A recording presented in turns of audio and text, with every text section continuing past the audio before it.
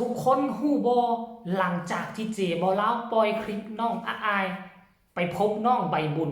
เปิดหมวกอยู่ที่ห้างแห่งหนึ่งมันก็มีบุคคลหนึ่งเข้ามาคอมเมนต์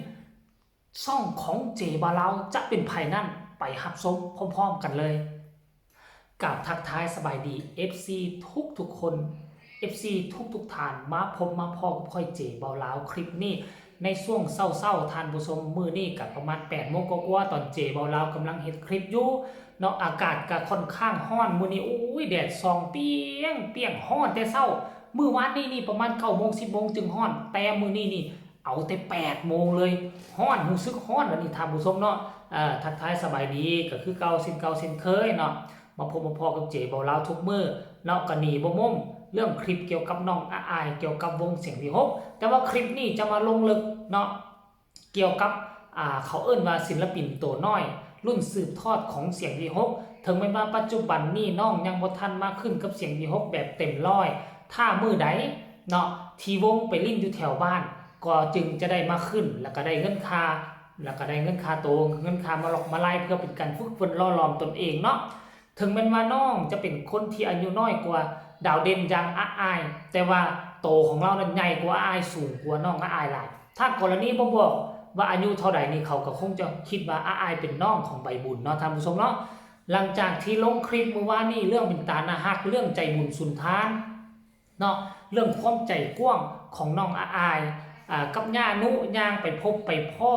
อันน้องใบบุญเปิดหมวกอยู่ที่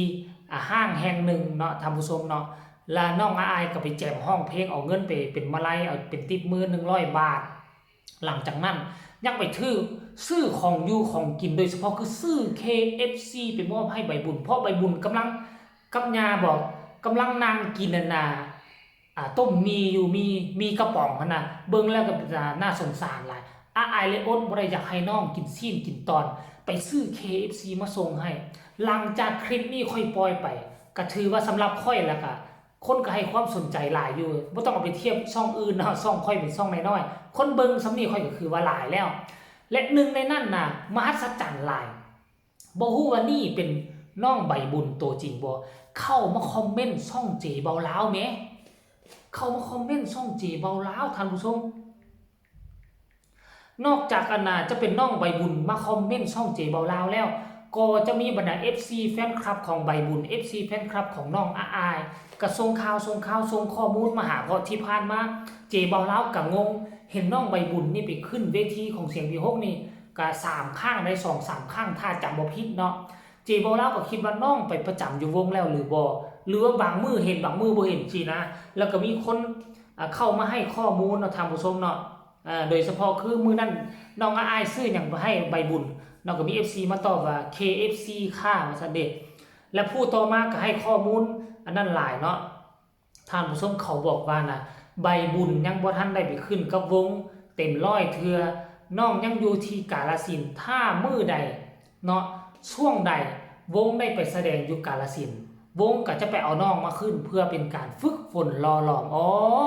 เพราะฉะนั้นเฮาจึงจะเห็นถ้ามื้อใดช่วงใดวงไปกาฬสินธุ์ก็จะเห็นน้องไป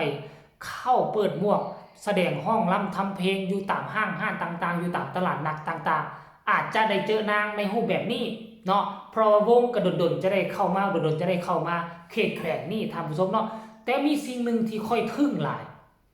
ทึ่งนางเป็นเด็กน้อยอายุซ้ำนี่ห้องรำทำเพลงก็ได้ที่สำคัญคือนางลิ้นพินได้แต่ถ้ากรณีเอามาฝึกให้นางลิ้นกีตาร์ค่อยคิดว่าไปกันอำลำถ้าลิ้นพินได้กีตาร์กับฝึกซ้อมบ่ยากนางลิ้นได้เกือบทุกลายของพินนะอันนี้คือความมหัศจรรย์ของเด็กน้อยคนไทยเด้อก็อยู่ประเทศลาวของพวกเขานี่บ่ค่อยมีแล้วนี่มีน้อยที่สุดแต่มาสังเกตเบิ่งคือทั้งไทยทั้งภาคอีสานของพวกเขานี่สุกอยู่เรื่องฮีดคองประเพณีวัฒนธรรมโดยเฉพาะคือเครื่องดนตรีอันพื้นบ้านประจำภาคอีสานคือสุกอยู่และพากันพักดันได้ดีรักษาได้ดีทั้งประเทศลาวนี่บ่มีไผจะมาพักดันเรื่องนี้งบประมาณก็บ่มีเนาะท่านผู้ชมจังได๋นึงก็สิสูญเสียไปละล่ะท่านผู้ชมเนาะเอากับเขามาสู่เนาะพวกเจ้าคิดว่าอันนี้ใบบุญบ่อันรูปนี่เป็นรูปใบบุญอีหลี ท่านผู้ชม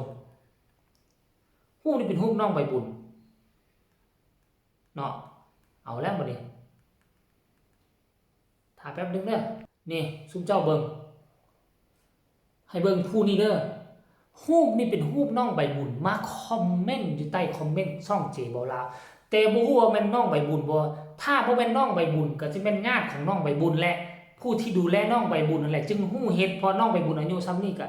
คือน่าจะบ่ฮู้เฮ็ด YouTube เทื่อเนาะก็มาคอมเมนต์ว่ามื้อวานหนูใบบุญเปิดหมวกที่บิ๊กซีเจอพี่อายมาตอบเจบ่ลาวสั้นๆซ้ำนี้แล้วเจบ่ลาวก็ไปอ่านเบิ่งห้วยภาษาอังกฤษก็ว่าหนูใบบุญว่าซั่นเด้เนาะหนูบอบอว่าซั่นเด้ Amazing หนูใบบุญ Amazing แล้วฮู้ก็เป็นฮู้ใบบุญหลังจากนั้นเจบ่ลาวก็เข้าไปในช่องลองเบิ่งดูว่าเนาะลองเบิ่งว่ามันสิเป็นแนวใดไปเบิ่งแล้วก็มีผู้ติดตามอยู่385คนมีวิดีโอที่เอาลงไป14วิดีโอนะท่านผู้ชมเนาะแล้วเจบ่ลาวก็ไปไล่เลื่อนเบิ่งน้องก็มีโอกาสได้ไปขึ้นเวทีนั่นได้ไปขึ้นเวทีนี่อยู่แล้วก็เรื่องราวการเคลื่อนไหวของน้องไปเปิดหมวกอยู่ตลาดนั่นไปเปิดหมวกอยู่ห้างนี่ก็จะเห็นนะมี14วิดีโอให้ทุกคนไปไล่เบิ่งแต่ว่าวิดีโอนั้นเอาลงล่าสุดก็คือ1ปีก่อนบ่ฮู้ว่าบ่มีคนไปช่วยน้องเอาลงบ่น้องหน้าจะบ่ฮู้เอาลงน้องหน้าจะบ่ฮู้เฮ็ดเกี่ยวกับ YouTube เนาะแล้วแม่นผู้ใดที่กำกับอยู่เนาะก็ที่พอช่วยเหลือน้องก็ช่วยได้เนาะหรือท่านผู้ชมผู้ใดเนาะอยากไปกดคอมเมนต์หรือว่าอยากไปกดติดตามน้องก็ไปกดเลยเนาะให้กำลังใจน้องเห็นบ่เขียนว่าแล้วนี่เห็นบ่นี่ทุกคนโอ้ยนี่นี่แนวนี้หนูตัว N ใหญ่ตัว U ใหญ่แล้วก็ B double B เนาะ2ตัว B ใหญ่แล้วก็ Amazing หนูใบบุญ Amazing เนาะน่าจะเป็นเกี่ยวข้องกับเรื่องของน้องนะผู้ใดมีโอกาสก็ได้ไปสนับสนุนไปกดไลค์กดแชร์กดติดตามให้น้องเด้อก็อยากให้น้องเอาลงคลิปตลอดเฮ้ยแต่ว่ามันบ่มีผู้ใดช่วยน้องบ่พอแต่ละมื้อเห็นน้องไปกับยายเนาะถึงวันว่านั้น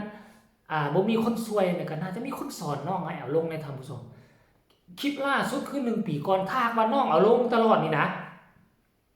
เอาลงเกี่ยวกับน้องไปออดิชั่นน้องไปขึ้นเวทีเสียงเอาลงติ๊กๆค่อยคิดจะมีคนติดตามน้องหลายเนาะก็ขอให้น้องประสบผลสำเร็จเด้อให้ได้มาอยู่กับเสียงที่6ไวๆมาอยู่แคบคู่กับเอื้อยอายเนาะเฮียนฮู้เอาเอื้อยอายประสบผลสำเร็จได้เจ้าก็ต้องประสบผลสำเร็จได้ช่วงนี้ก็อดทนไปก่อนเปิดหมวกเปิดเมียอดทนอย่าสู้ไปซาคำเว้าของคนอื่นเด้อเนาะเอาคลิปนี้ก็ฝากฝังไว้ซำนี้ฝากทุกคนกดไลค์กดแชร์กดติดตามให้แน่เพื่อจะพลาดในคลิปต่อไปเนาะพบกันใหม่ในคลิปหน้าสำหรับคลิปนี้สบายดีบ๊ายบาย